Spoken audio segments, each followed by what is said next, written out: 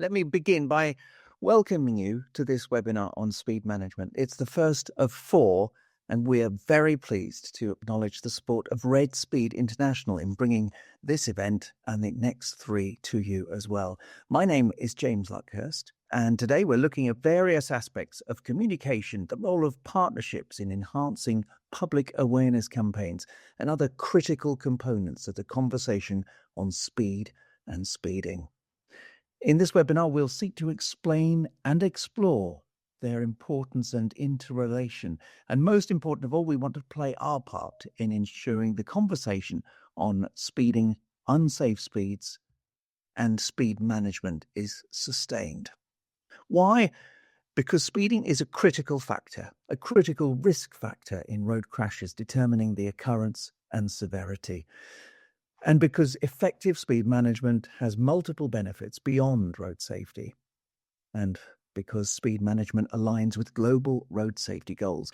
So by ensuring there's renewed energy surrounding the conversation on speeding and speed management, we can raise awareness, promote evidence-based interventions, and help reduce the number of people killed and seriously injured in road collisions. Good. Right. So in the next hour, what have we got? In a moment, we'll meet Emma Kelly from Road Safety Support, who will be considering the roles and responsibilities of a road safety partnership. Faye Cannon will be talking to me with a case study on her own road safety partnership, which she leads in Warwickshire.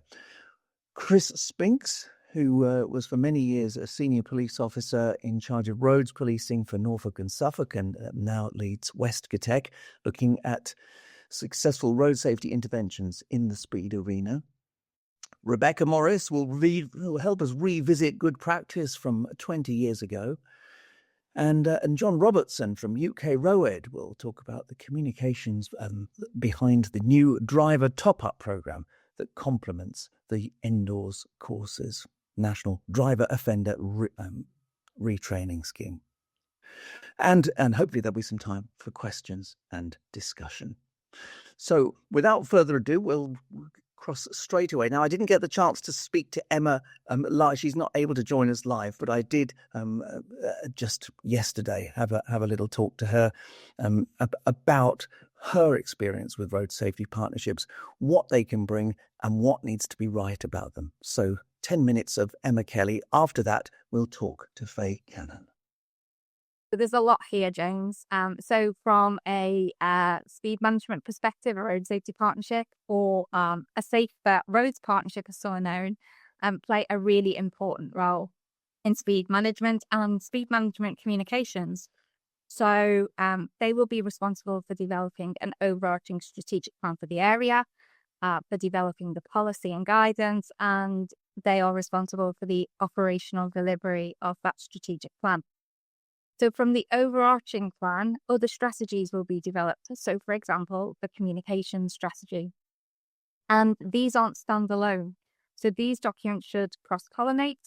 And by that, I mean that they are interwoven so that everybody is working together on the same goals and outcomes and that they aren't siloed. But actually what we're looking at is tackling things from slightly different angles. So in effect, the partnership acts as a linchpin, pulling it all together. From a communications perspective, they will develop a communication strategy and a delivery plan. They'll coordinate the effort to develop and deliver consistent messages, which will be based on research and evidence about issues relating to speeding, gathering data to inform campaigns, not just looking at collision data, but high-risk areas and vulnerable road users as well, and the road network. As well as using the wealth of other data, which is used to inform, for example, enforcement campaigns or to help when a speed limit change is required. And they'll also coordinate stakeholder engagement. So it's varied and it's complex is the answer. Well, I think you've made a very important point there about the diverse, different roles of the stakeholders. But how can the partnership ensure effective collaboration amongst all of those stakeholders to make sure that they all do the job they're supposed to do and they don't just sit there and drink the coffee and munch the biscuits? But it's always good to catch up with people, James. But from a communications perspective, which is obviously what we're discussing today, I think it's important to have good governance. So you need the terms of reference, as this will lay out clearly roles and responsibilities, the expectations, and it will give a voice to each partner. It's important to outline clear objectives and have measurable outcomes. So, have key performance indicators with an identified owner who's responsible for delivering that piece of work. So there is collective accountability. And each partner has a key role to play, and they can offer strengths in various areas. And I think it's really important that we lean into this. So depending on the topic for the communications, whilst the partnership may drive that effort, they will rely maybe on one or two organizations for their expert knowledge and expertise, depending on the intervention. So, for example, if we're discussing seatbelt wearing or speeding, they will lean into the police. If they're discussing numbers of teenagers being injured on e-scooters and requiring hospitalization because they're obviously going to tackle e-scooters, they may lean into health and data analysis a little bit more. For traffic calming measures, they'll lean into the local authority. So each partner organisation will take it in turn to possibly lead on specific interventions. At the end of the day, I think the reason the partnership exists is because we all have that shared common goal, don't we? And that commitment to reducing death and injuries on the roads. Let's consider the different communication strategies from your experience and which have proven most effective in achieving measurable road safety outcomes. Yeah, so it's kind of like a little shopping list, isn't it? So you need a proactive communications and marketing strategy that supports key objectives. You need those objectives to be clearly defined as well as the outcomes. You need evidence-led strategies that are based and embedded in behavior change. You need political will and support from both internal and external stakeholders. And actually, that's critical, as sometimes the decisions that we make aren't popular. We know that, sometimes when those decisions aren't popular, it can be the small minority of people that shout the loudest and get traction. So it's really important to ensure that you have an agreement in place with all stakeholders on how these situations will be handled, because that will stop any of the conquer and divide tactics, which, can mean the plan can unravel. A successful strategy is one that includes key performance indicators, and dare I say, it's one that supports the national strategy. I know we're waiting for one to appear, but when it's published, your area strategy should also support national objectives. However, it's not just linking into the DFT strategy, but also looking at other strategies that are relevant to your area of work. So for me, it could be the NPCC strategies or National Police Chiefs Council campaigns, or the local sustainability strategy. So it's about making those links.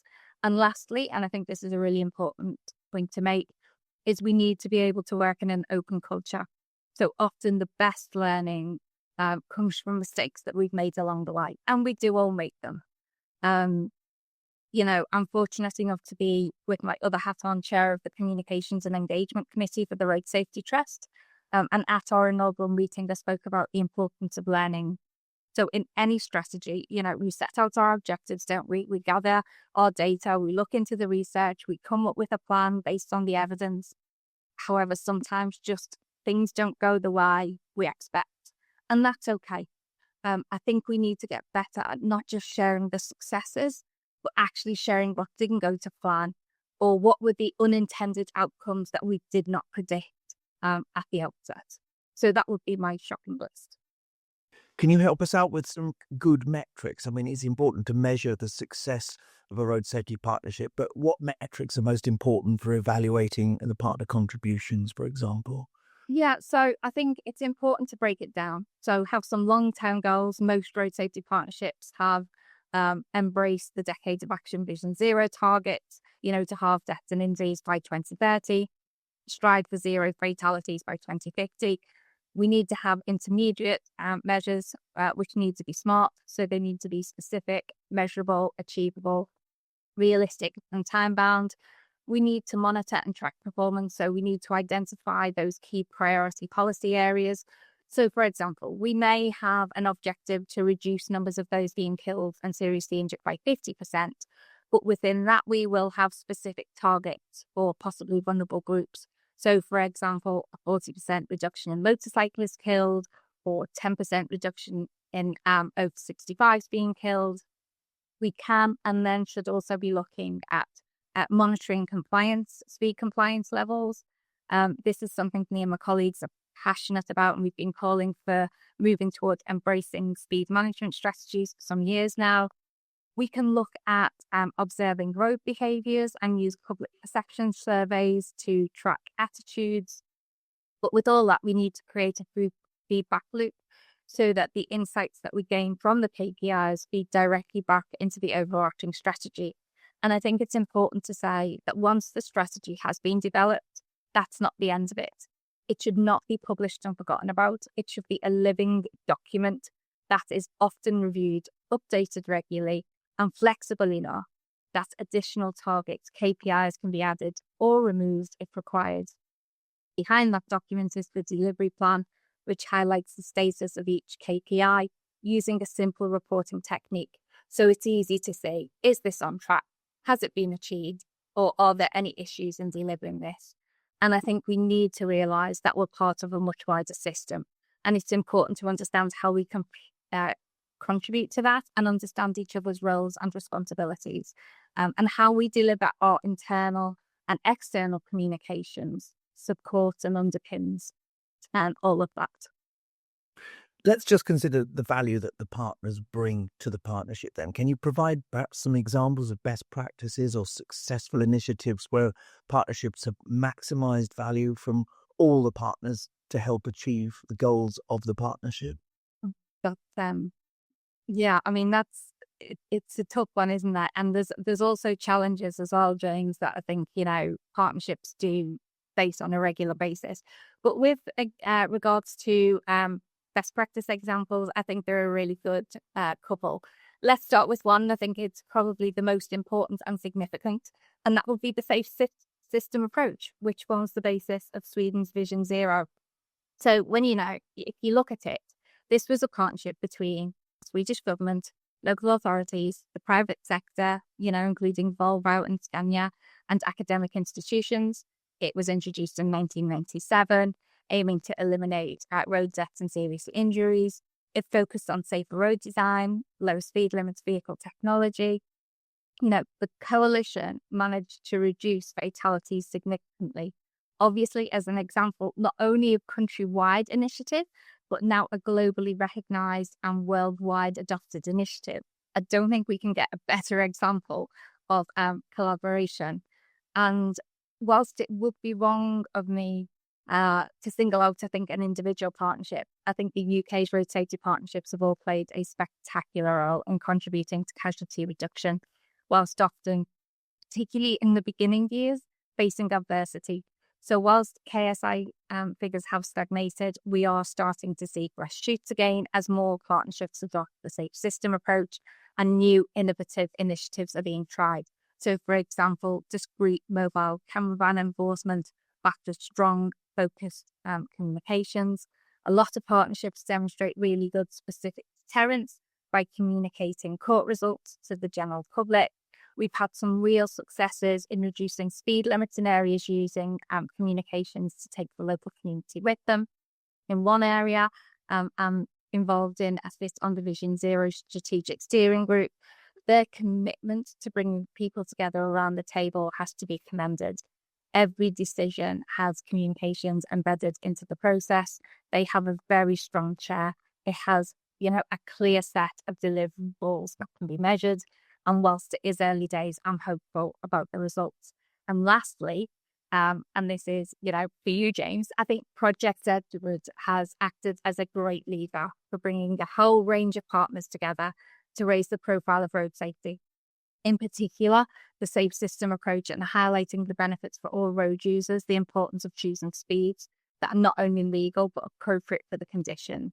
So I think this demonstrates that acting collectively in unison really does amplify our messaging whilst also being extremely cost effective. That was Emma Kelly from Road Safety Support. Joining me now is Faye Cannon, who heads the Warwickshire Road Safety Partnership and is going to share a few of her thoughts on how partnerships and communication within them and beyond them should work. Faye, you're very welcome. Tell us a little bit about Warwickshire then and the team that you oversee. Good afternoon, James. So yeah, as you introduced myself, my name's Faye Cannon and I coordinate the Warwickshire Road Safety Partnership. The Warwickshire Road Safety Partnership brings together police, fire, the Crime Commissioner's Office, and Warwickshire County Council as our main partners. We have a strategy to 2030, which is a 50% reduction in killed and serious injuries on our roads.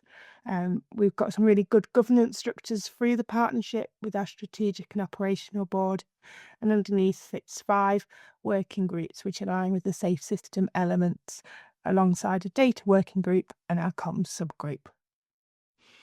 It sounds very well organised. So, how do you ensure that all of the partners are communicating the same information to the public? Yes, very much our communication subgroup, which was set up as one of our first groups back when we started in 2020, has been that kind of real pinnacle point for us. We have people from the county council, police, and fire that sit on that group. And on a monthly basis, we look at what we're going to communicate. So we've got consistent messaging. We're very much aligned to the MPCC and the NFCC campaigns calendar, but where we've got weeks where there isn't any national campaigns, we really look to have that local targeted approach together. And that's putting messages out through our social media and our website. So we have our one consistent message coming from the partnership, and that is amplified by our partners. In specific speed terms, because this webinar is about speed management, then you can't all get to talk about speed. So how does that work? Is there one member of the partnership that will deal exclusively with speed messages and speeding comms, for example? Yeah, 100%. So we have, with our 5 working groups that sit on our safe systems elements, they are all chaired by different organisations. And for our safe speeds, that's chaired by Warwickshire Police and the inspector in the road safety unit. So he is our advocate and our spokesman when anything comes to partners around speed. It usually has worked well when it comes from Warwickshire Police standpoint, specifically around that enforcement. But we always bring in conversations around that education and behaviour change, which is very much formulated from the work in the road safety education team in Warwickshire County Council. So we have a spokesman for specific areas, but we bring in all expertise. Now, I don't know if you heard the bit where I was talking to Emma about the importance of every partner pulling their weight and not just having the coffee and biscuits. How do you measure that, and how do you make sure that you get the kind of maximum from everybody who sits around the table?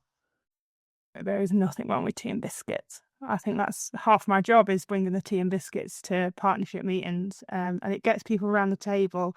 But very much so having our action plan, which is something we've really formulated this year. So it relates to the elements of the safe system and the levers around that, but it's accountable at a working group level, but also at an officer level. And that brings in all the work that is already being done by partners, so everyone's aware to stop duplication, but also pushing things forward. And around communications and speeding, we have real specific actions around that, which our dedicated comms officer, Hazel, who sits within Warwickshire Police, really is at the forefront of that and making sure that we are getting the messages out as much as we can, not just around speeding, but the reasons why we have speed cameras, why we have community speed watch, so everyone understands the reasons behind that.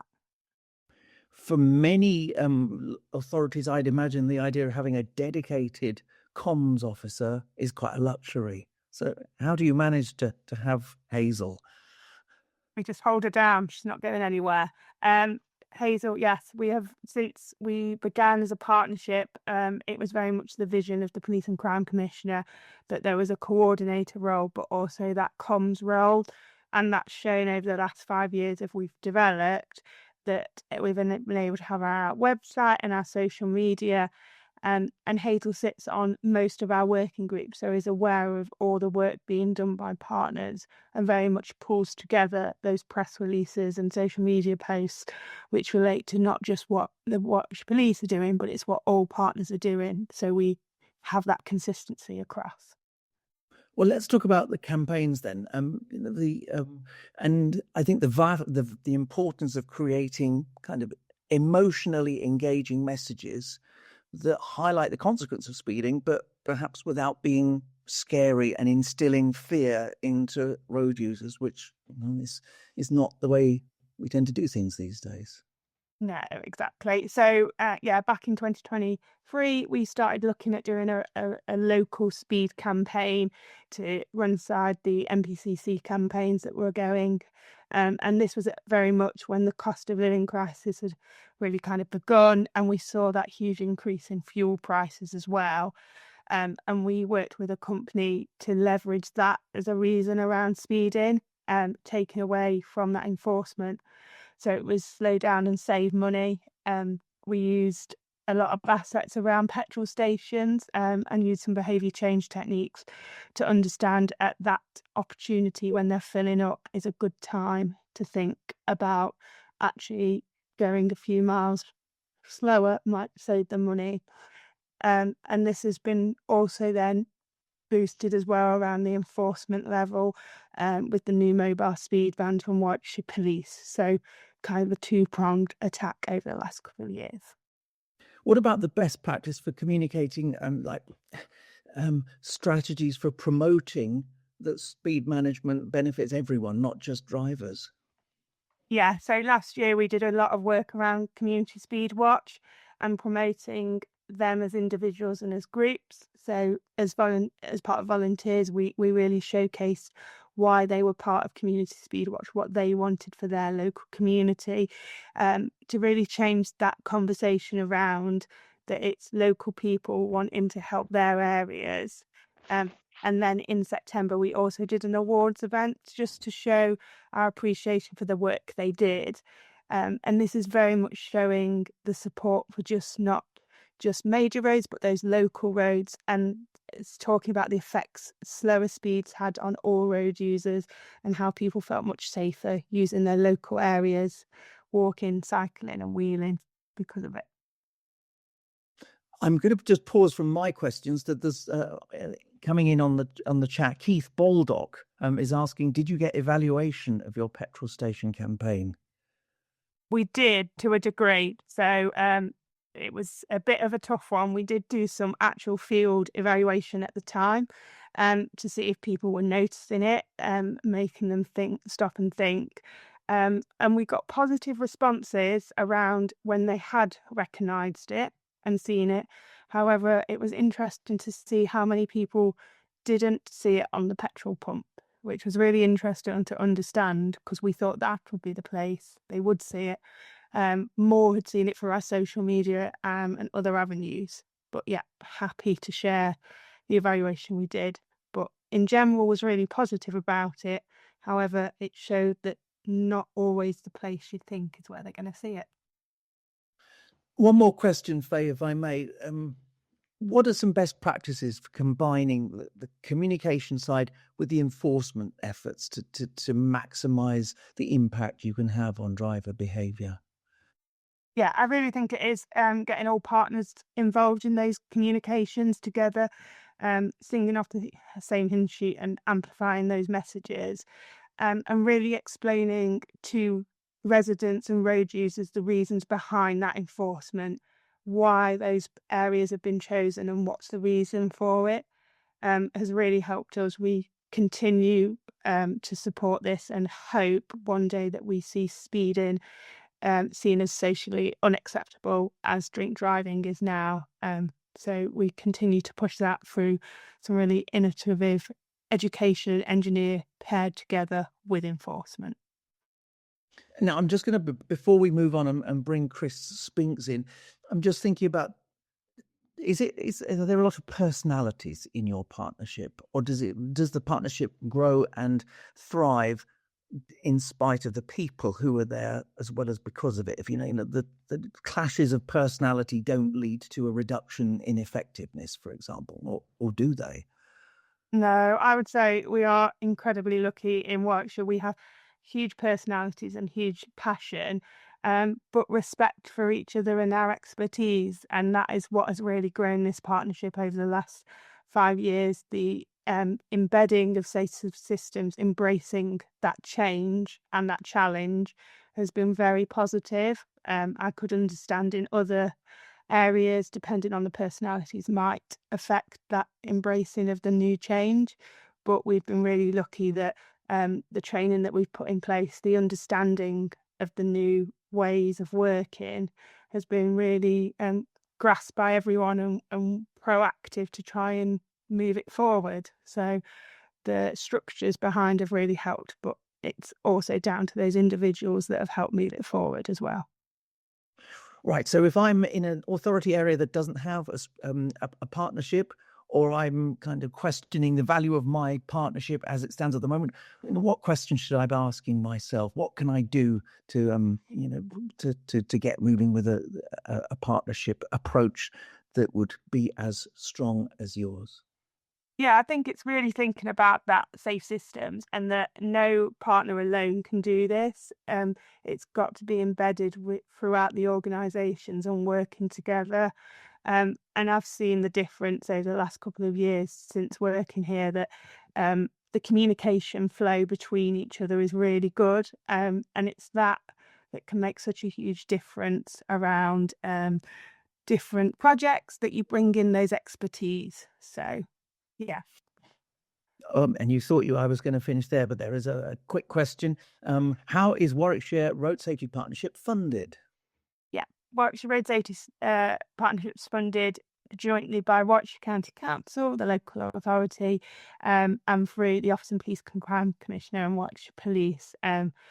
It's used also the work that Warwickshire County Council run the speed awareness courses and the NDORS courses, which helps support that funding, but there's joint funding from two partners, which we are very, very grateful for and understand that is not the same across the country. Faye Cannon, thank you so much for joining us. That's Faye Cannon from Warwickshire Road Safety Partnership with a really interesting insight into the workings of the Road Safety Partnership. Next, we welcome Chris Spinks, who is Wescotec's Managing Director and a former senior police officer who used to head up Norfolk and Suffolk's road policing operation. Chris, are you there? I am. Good afternoon, everybody. How are you doing? You all right? Good, thank you. Good. Right. Thank you for joining us. Can you tell us, in your long experience, either in the police or since then, some of the most successful behaviour change interventions you have observed where speeding is concerned? Well, a couple of the examples I'll use are relatively recent from my time at Wescotec. They both involve technology and applying the technology to then reduce speed. Neither of them are about prosecution. None of Wescotec's products are about prosecution. It's all about behavioural change by advice and education. So one is a system all around Heathrow Airport that we won a national award for last year, which involves vehicle activated speed signs, and then 100 metres behind those are in effect mini speed cameras, AMPRs, which then allow images of speeding vehicles to be transmitted to Heathrow Airport Limited's control centre, and then repeat offenders are dealt with by various sanctions by Heathrow Airports Limited, because a lot of those offenders are on the database at the airport. And that has led to compliance right round that perimeter road, various speed limits, 30s and 40s. It's been brought down to 30s and more or less eradicated the top end of the collisions that were happening around that road, which, bearing in mind a lot of people are rushing to get to various places around the airport, is no mean feat.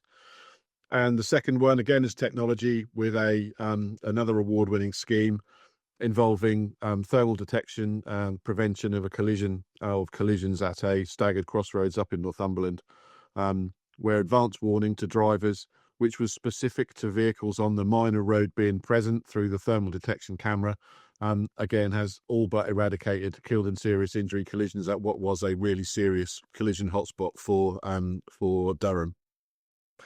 Let's talk about the experiences that you may have had with road safety partnerships, either when you were in the police, perhaps as part of one, or more recently in commercial arrangements, sort of if you're selling to them. But what do you see as making a good partnership?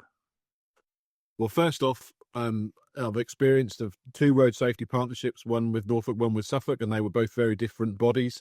And again, we work with several up and down the country. And the observation I would make is, one, they are an absolutely vital part of a joined up approach by all of the interested parties in relation to trying to reduce collisions on the road.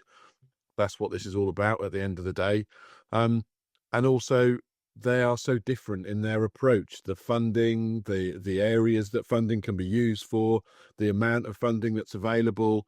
And for me, a successful partnership is very much as Faye has just described, appropriately funded through the safety camera partnership, through the surplus from speed awareness courses and NDORS courses.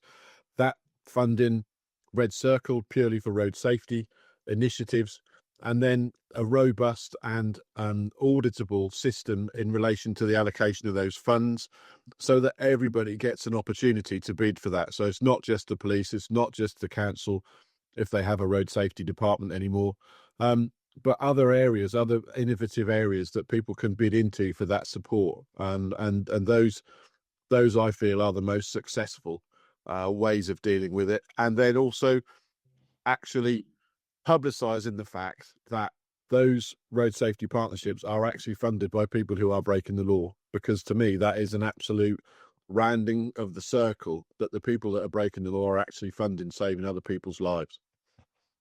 I tell you, I'll share something I heard in a conversation a couple of weeks ago on a webinar. Kirsty Williams, as a former Welsh government minister, now a fire commissioner with South Wales Fire, talking about this is not evidence. This is what her observation of a trend, in that people, particularly perhaps reference to the Wales 20-mile-an-hour speed limits, people were very in favour of them in their own communities to stop other people speeding in their communities, but they were not in favour of them anywhere else, because they didn't want to be held to account in other communities. So it's put them where we are. That's great. Make our communities safe, but don't let us have our journeys curtailed, restricted, or impeded when we're going somewhere else.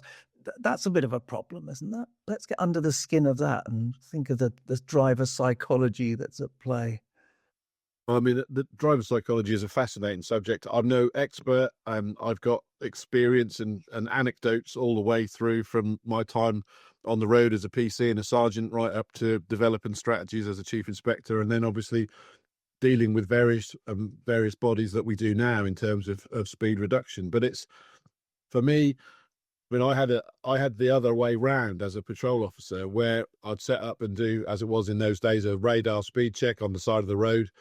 And within 2 or 3 people being stopped, you would stop a local resident, sometimes even the local councillor, and who would say, well, you're not supposed to be stopping me. I live here. This is all about stopping people that are driving through the village, despite the fact that that person had obviously broken the speed limit in the first place. So people have an incredibly polarised, in their own field, if you like, attitude towards a lot of road traffic law and legislation. And I find that still, after all these years, incredible that people will find it okay to break the law in terms of speeding or maybe seatbelt or mobile phone use, but wouldn't dream of breaking a window or going shoplifting or anything else. And that, trying to deal with that psychology is incredibly difficult. I was at a seminar yesterday in London all about technology and road safety, and the fact that there are so many things on the near and mid horizon that are actually going to take a lot of those decisions away from the driver. And as as I consider myself, as apparently 80% of the public consider themselves to be above average drivers, which clearly doesn't work with the maths.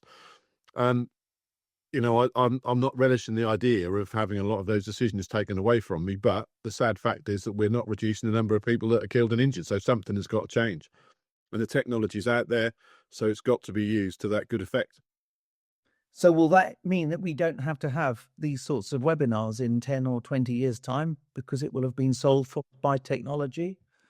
I think that's a long way down the line, because you're still going to have a number of vehicles that are not going to have that technology on board, because we're not at that point where it's available completely and 100% safely yet. And fully autonomous vehicles are a lot further away, according to yesterday, than a lot of manufacturers will have us believe. So I think we're needed for a little while yet into the future, James. Chris Spinks from Wescatech, thank you very much indeed. Keeping the and you're going to keep your eye on the chat for us, aren't you? For the next. Yes, I am. So if anyone has a comment or question, Chris will be having a look at what's going on, and hopefully we will have time to return to that.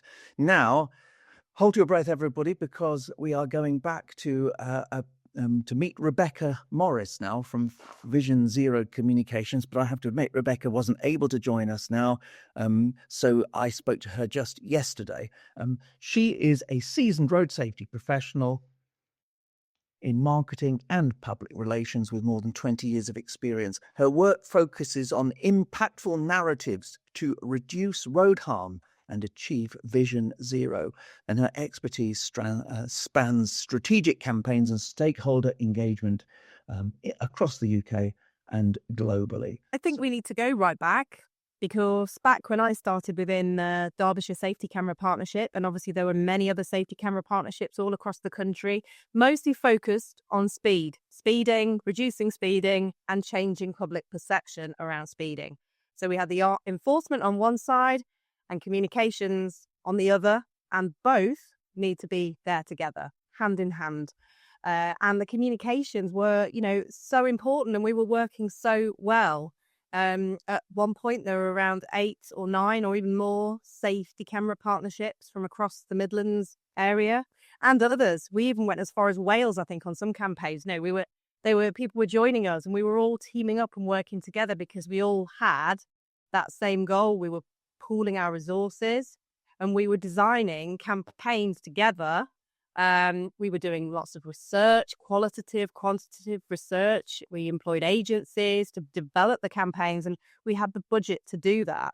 But then when the safety camera partnerships were no more, when the National Safety Camera Programme from the Department for Transport came to an end, lots of communications managers were made redundant. They were seen as the nice to have roles within the organisations, and the safety camera partnerships became wider road safety partnerships, and speeding was suddenly seen as just one small part of this bigger picture. And of course it is a bigger picture, but we'd made such progress. We were doing so well. I mean, we didn't change everybody's minds overnight. We weren't going to ever do that. But if we'd have carried on the way we were from 20 years ago, I do wonder where we'd be now. And if we'd even be having this conversation, James, maybe we'd be saying, look what we did with speeding, a bit like with drink driving. Look what we did with speeding. We got speeding seen as this antisocial behaviour because of all of our efforts. We had our enforcement and we had our communications side by side. The public were fearing detection from that enforcement because of the communications that went with it. So I think if we want to look to the future, we definitely need to look back. We need to work together more as much as we can and look at this as a big national issue. What were some of the communications techniques that you had? Social media was pretty well in its infancy then, wasn't it? So what were you doing? Very long videos and adverts that lasted 10 minutes or something? Yeah, we did. We actually did do some, we did a video around about what speeding was, and we had actors that came in, and it was all a little bit, maybe that wasn't quite the right thing to do back then. We used to show it at our public, events and country shows and stuff like that. We used to have it on TV. But no, we used to use the national traditional media, local traditional media, sort of newspapers, obviously, Radio, lots of radio interviews were being done. And, that was the main reason that the communications managers were employed right back within the National Safety Camera Programme, was to help change perceptions around speeding and speed cameras. And like I say, we made great progress using those traditional tools, but we did lots of advertising.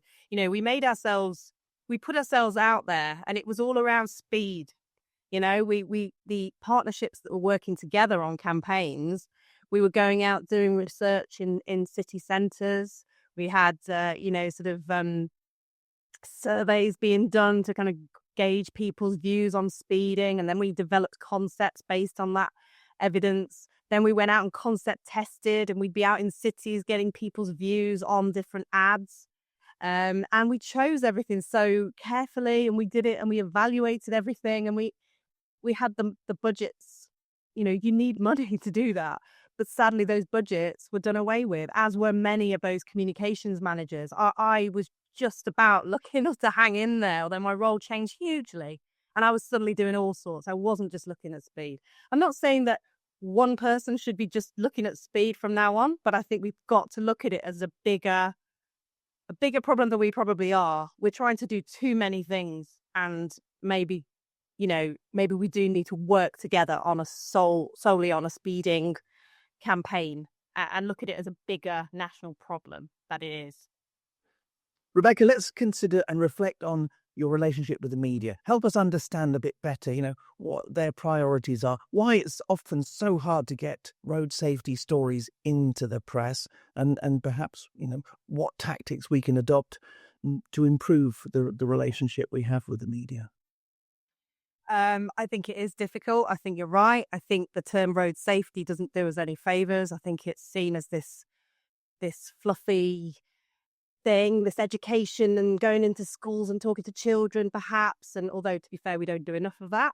But I think road safety gives it this it distances us all from the horrible facts, the truth, which is that far too many people are being killed every day on our roads, and speed is a huge factor in the majority of those collisions. And I think it's just that. I think it's getting the media to see, it's a very difficult thing, but to see that what we're talking about here is real lives, is real people.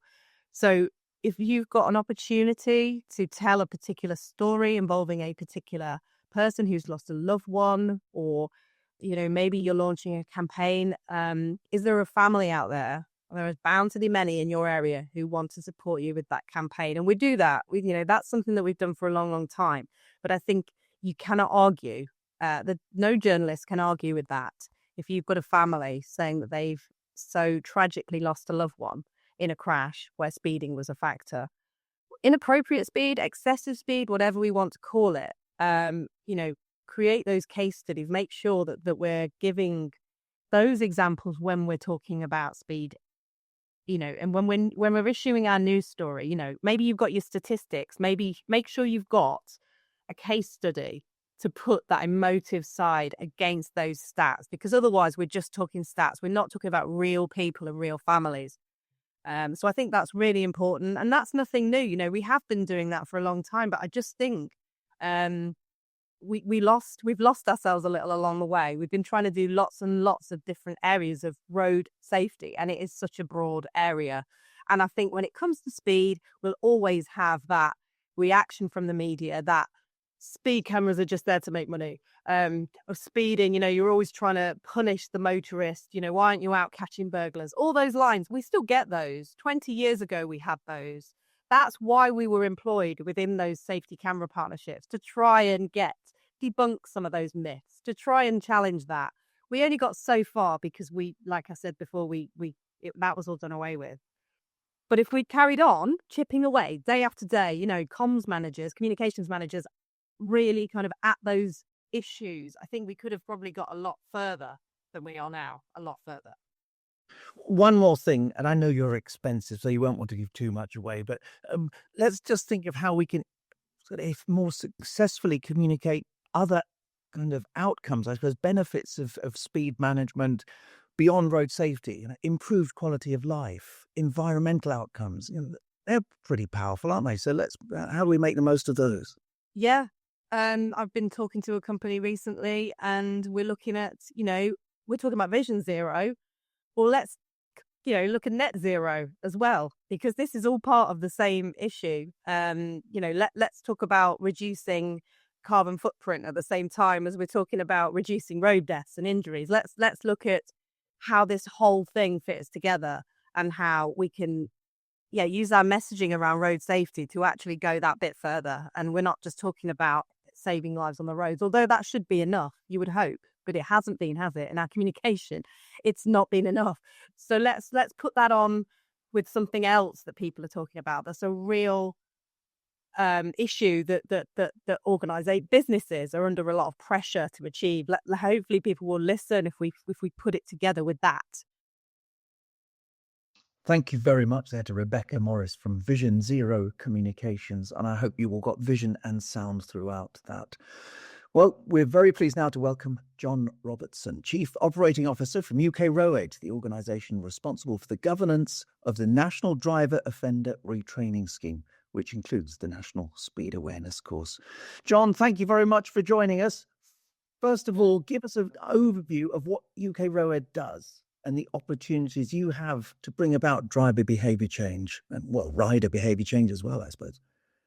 Yeah, absolutely. Thanks very much, James. Thanks for having me. You nearly answered that question for me there.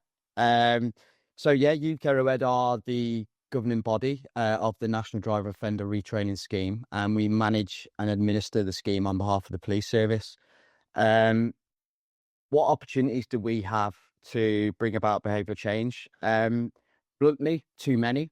There are nearly 2 million people going through our courses each year, but that is 2 million opportunities to change the minds and behaviour of people on our roads, not just through communication. Communication is vital, but through academic rigour and research that creates the behavioural change techniques in our courses, and we know that they do impart change through rigorous research, but also the people that go on them tell us that they do. More than 97% of people who go on our courses tell us that when they do attend, it helps them consider how they use the roads and make sure that they do it more safely, essentially, James.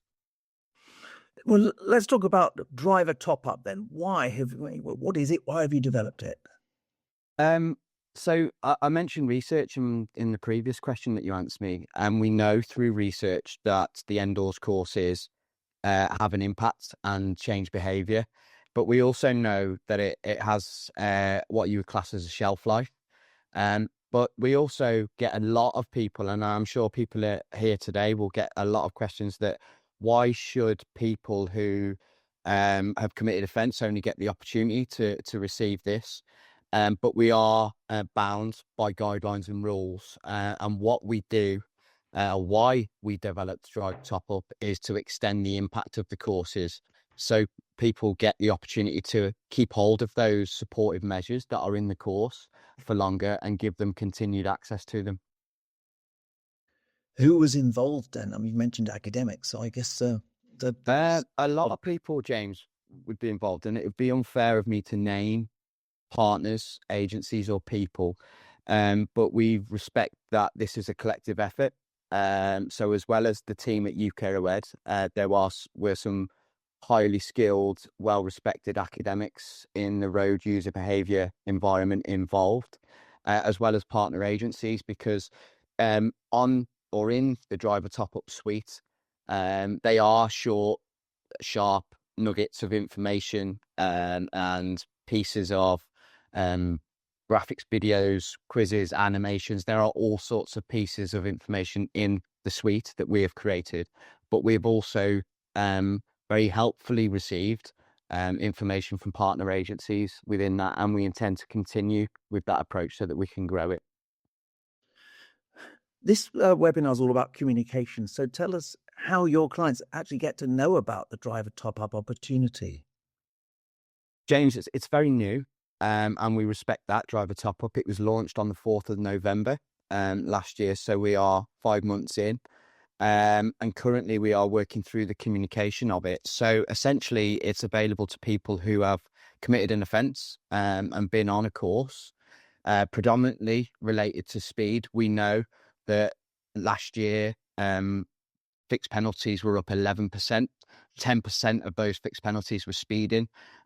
Same translation into the indoor scheme, significant or similar growth. So ultimately, it's only those people who currently attend a course, but there is wide information on our website. The trainers are well skilled in delivering that information at the end of the course and signposting them so that they have the access. And then we then communicate with the individuals to ensure that they know how to access it and how to utilize it. Let me just check. It's not a mandatory part of the course, is it? Absolutely not. Not at this stage. It's an extension of the course that is voluntary at this moment in time. So we are not forcing people to use it. The real positive is, though, is that to date, roughly 600,000 people have been offered the opportunity to access it. And so far, 10% of that have fully utilised it. And then even more have partly utilised it because they can go back to it. A bit like a social media platform, there's access to materials and they can scroll through it and access it at their leisure, but there is high engagement levels at the moment, and we continue to review its effectiveness. As you can appreciate, it's in its very early stages. John Robertson from UK Road, thank you so much. Hopefully you can just stick around for a few more minutes. Absolutely no problem. Chris Spinks and Faye Cannon, are you both still there with us? Faye is, and Chris is. Oh, good stuff. There's just a few questions that have been coming through the chat that we'll kind of reflect on and do what we can. The first thing I just want to draw up is something I noticed from what Rebecca was saying. We're trying to do too many things. We just need to focus on basics like speed. What would you say to that, Faye? Yeah, I'd agree to an extent. We've very much seen this with the up limit work that's been done by Sussex, or sorry, apologies if I've got the wrong police force, but that have worked through December, where forces and partnerships have been sharing the same work, and that very much is what Rebecca was saying back 20 years ago, people working together and sharing the same campaign. So I think there's definitely room in the market somewhere to work together and create a really good speeding campaign that's aimed at everyone. And I think Keith put that in the comments as well, working together at a kind of a local level, because nationally it's very focused, we think, on young drivers because they're the ones most at risk. But speeding, as we've seen through our surveys, is done by all demographics, all ages and all genders. Interesting point here. Maybe, John, you might like to have a think about this. Rewarding good behavior, potentially via gamification, is a big idea in this space, especially with speed and particularly with young drivers. Any thoughts about that? Rewarding good behavior. I'm sure we would all have our collective differing thoughts on rewarding good behavior. I haven't directly been impacted by road death or serious injury, James, but I know and care about people who have. So the biggest reward must be the safety of others. But there are different industries who can reward in different ways. And a clear reward is not committing an offence and being prosecuted, but more importantly, not causing an issue that could really cause severe impact on the world.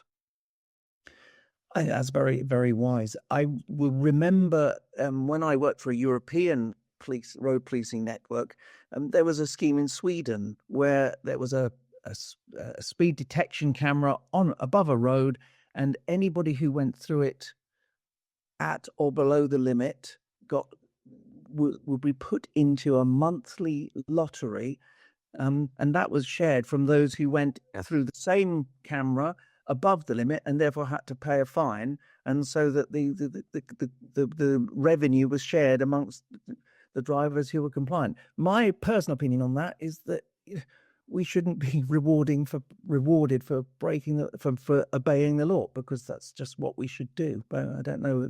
Have you heard of that? I mean, did that have European traction? I don't know if there's. I do remember it. I'm not sure how it would land in the UK. But yeah, I agree. But different industries can do different things because they have different opportunities. Within the world that we sit, the reward is not causing harm or injury on the road. A question I will just put out here: why aren't we using technology to stop bad driving practices such as mobile phone use? Capturing footage. It's too late on many occasions once an incident has happened, injuring or killing an innocent person. Chris Spinks, would you like to comment on that? We actually are. We have started, and again, go back to the event I was at in London yesterday. Devon and Cornwall have actually adopted some equipment that has been on trial through various forces up and down the country, which is able to identify through video analytics and artificial intelligence whether somebody's wearing a seatbelt or on their mobile phone. And there have been cases, and the guy from the company was presenting, said that they've not yet had any challenges in court. They have managed to get successful prosecutions. The legislation, as is always an issue, has not kept up with technology, and the legislation is not ideal in terms of prosecuting for mobile phone use. It's still really geared around the old-fashioned phone that you used to have to hold up to your ear. And there needs to be much quicker reaction with the legislature to keep up with technology and as it advances. But there definitely is a lot of ways now that technology is being and can be used in the future. A lot of in-car cameras for the commercial world. Then there's talk of trying to get voluntary use of the analytics that young drivers have, the black box type thing, spread across a bigger demographic with drivers, with the carrot of cheaper insurance. But it's still got to come down, and I agree with you as well, James, that you should not be getting a reward for sticking to the law. And I go back to my point, you don't get a £5 Tesco's voucher if you come out having not shoplifted. So, why should you get a reward for not speeding? I know I'm probably old school, but that to me is a no-brainer. Okay, we hear something from Jock, a former HGV driver. Speed has been restricted, monitored, and enforced for decades on vehicles that I've driven. Should this be mandatory in its fitment to every vehicle? That's a straightforward question there. What do you think, Chris? Well, most modern vehicles do have the capability to be able to have the speed restricted. There's active cruise control, there's speed limiters, which will stop you accelerating beyond the speed limit unless you make a really conscious effort and push through. But the driver has to have it on. There's huge discussions about whether it's more dangerous to have the ability to accelerate away from a problem or through a problem, if you like, taken away from you. I'm a bit on the fence as far as this goes. You get stuck behind a platoon of HGVs all doing 56 miles an hour on the A14 or the A47 or the A11 or wherever around my area. If cars were all travelling at that speed as well, but you then get the odd one that didn't have it because it was too old. I just think it's a too big a kind of number of vehicles that would have to be restricted, and you've got that horrendous time where some vehicles are and some vehicles aren't, which at some point we're going to have with autonomous vehicles as well, where some vehicles are autonomous and some aren't. How do you cater for that? I mean, it is really deeply in the too difficult drawer at the moment, I feel. Faye, what would you say to this? I have a comment from Charlie. I was unfortunate enough to be one of the first on scene at a fatal road traffic collision. This was 2 years ago, and my driving since has changed massively. I can only put this down to the shock of that day. The older drink drive campaigns targeted this style of shock factor. Are driving campaigns now too lax to see a valued result? Faye. James. Yeah, just first, Charlie, sorry to hear that you were first on the scene. I'm sure there's many on this call who've been in that situation as well. And it's not where you want to be, even if it's professionally or just day to day. There's been a lot of research into those kind of shock tactics. And I have to give notice to Elizabeth Fox, who's done a lot of work, especially around young drivers. And it's seen to really polarize. So, especially with young males, they seem to switch off and say it won't happen to them. They are kind of invincible. And then, especially with females, it seemed to really upset and not then taking those messages. So, as an industry, we've really moved away from that over the last kind of 10 years, where we are looking around how we can use behaviour change techniques more. And it's a continual battle. I've got officers that go into schools, and teachers are expecting that kind of shock and horror tactics to be used, and feel that what we're delivering is not at the same level. But the evaluation that we've had behind it has shown it really does work better, but they take on the knowledge and skills and also the coping strategies around it. So it's still an issue that, probably we need to keep pushing as a sector to explain why we've changed, but also explain it to wider teachers, parents, why we do it that way now. Thank you very much, Faye. Well, look, that's about all we have got time for, I'm afraid. It brings us to the end of this first of 4 webinars relating to speed management, brought to you with the generous assistance of Redspeed International. Webinar number 2 takes place on Tuesday, the 6th of May at 11 o'clock. And look, if you can grab the QR code, which I hope is there for you, you can book your place immediately. You can get a front row seat indeed.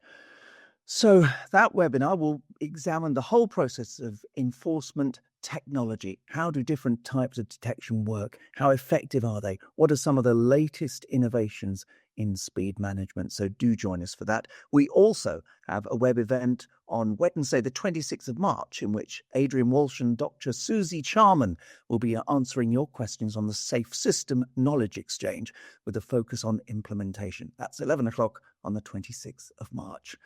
But thank you to everyone for contributing. Thanks to you for joining us. Sorry about the slight glitch. Emma will be restored to her full glory in the recording that will be available very shortly afterwards. We'll look forward to seeing you again soon. From me, James Larkhurst, cheerio for now.